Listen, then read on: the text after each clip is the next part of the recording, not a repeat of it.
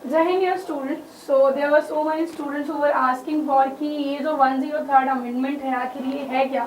सो आज हम इसी अमेंडमेंट के बारे में बात करने वाले हैं। अमेंडमेंट कब आया और क्या क्या इसको लेकर के कॉन्फ्लिक्ट थे, इसने कॉन्स्टिट्यूशन में अमेंडमेंट कहाँ किया है और क्या इसके प्रोविजन थे। सो देखिए, इफ वी टॉक कि रिसेंटली जो हमारा सुप्रीम कोर्ट है, सुप्रीम कोर्ट ने कहा है, क्या कहा है बच्चों, कि जो 103rd कॉन्स्टिट्यूशनल अमेंडमेंट है जो कि रिजर्वेशन प्रोवाइड करता है, कितने परसेंट रिजर्वेशन, 10% रिजर्वेशन किसको प्रोवाइड कर रहा है, EWS। And what is EWS, economically weaker section. ठीक है, जो कि उनको पर्टिकुलर रिजर्वेशंस देगा आर्टिकल 15(6) और आर्टिकल 16(6) के अंदर। वो क्या है वो मैं आगे आपको बताऊंगी। पहले आप अमेंडमेंट नंबर जो है वो याद रखेंगे। ठीक, इसके बाद आगे देखते हैं। अभी बेसिकली देखिए, सुप्रीम कोर्ट के बारे में अगर मैं आपको बताऊं तो आर्टिकल 124 सुप्रीम कोर्ट के जजेस से रिलेटेड है। क्या एज होगी, कितने जजेस होंगे, ये सब कुछ। और किसी भी डिसीजन के लिए मिनिमम नंबर ऑफ जो जजेस होंगे एक बेंच पे वो 5 होंगे। ठीक है, बेंच जो है वो डिसीजन देती है, मेजॉरिटी बेसिस पर डिसीजन होता है।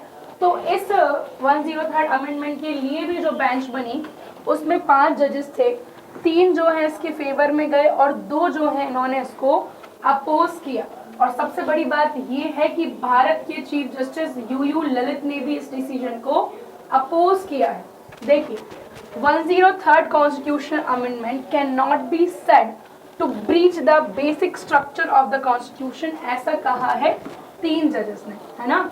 आपको पता है सुप्रीम कोर्ट ने क्या कहा है कि ऐसा कोई भी law which violates the basic structure of the constitution will be null and void। ये बात बोली है किसने, सुप्रीम कोर्ट ने अपने बाकी के डिसीजंस में। तो यहाँ सुप्रीम कोर्ट के 5 बेंचेस की जो 5 जजेस की जो बेंच है उसमें से 3 जजेस ने कहा है that this 103rd amendment is not violating the basic structure of the constitution।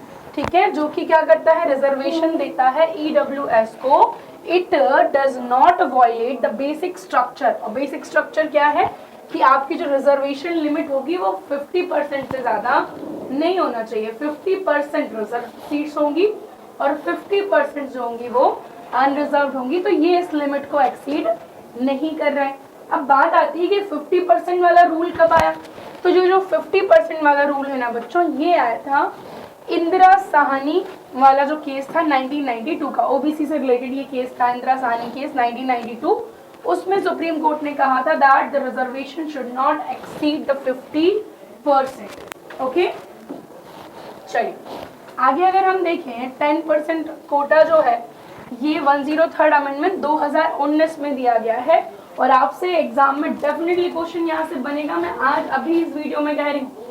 आपसे पूछेंगे कि इसने किस पार्ट में, कौन से आर्टिकल में अमेंडमेंट किया है। तो फंडामेंटल राइट टू इक्वालिटी के 2 आर्टिकल्स हैं, आर्टिकल 15 और आर्टिकल 16। तो कौन कौन से क्लॉजेस जोड़े हैं, तो यहाँ पे इन्होंने 15(6) और 16(6) जोड़े हैं।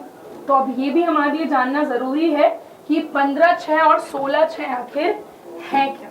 देखिए, सो अभी बेसिकली हुआ ये 3 जजेस जिनके नाम क्या हैं, Dinesh Maheshwari, Bela M Trivedi and JB Pardiwala. इन्होंने कहा कि जो लॉ है ये वैलिड है and it is not violating either the basic structure और द इक्वालिटी कोड। ठीक है, ये 3 लोगों ने कहा। जहां दूसरी तरफ chief justice of India UU Lalit and justice S Ravindra Bhat ने कहा कि नहीं भाई, ये जो है ये डिस्क्रिमिनेटरी है।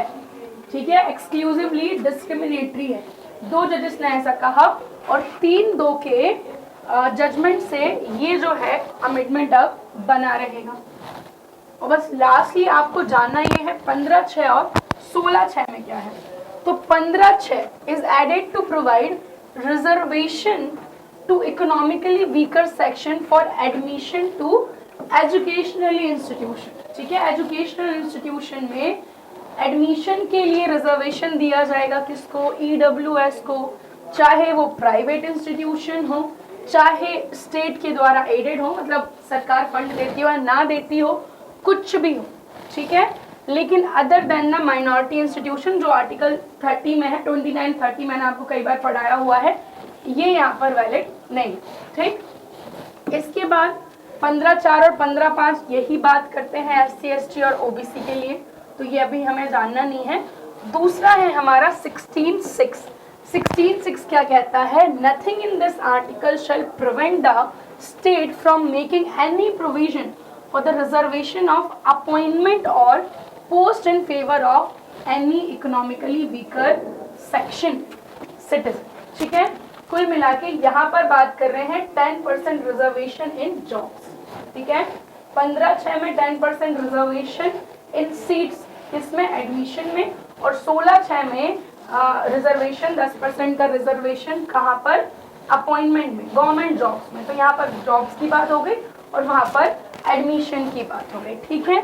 ये आपको याद रखना है। सो ये थे हमारे आर्टिकल 15(6) और 16(6) जो जोड़े गए हैं कॉन्स्टिट्यूशनल अमेंडमेंट 103 के द्वारा 2019 में, जिसको चैलेंज किया जा रहा था ऑन द बेसिस कि it is violating the basic structure of constitution.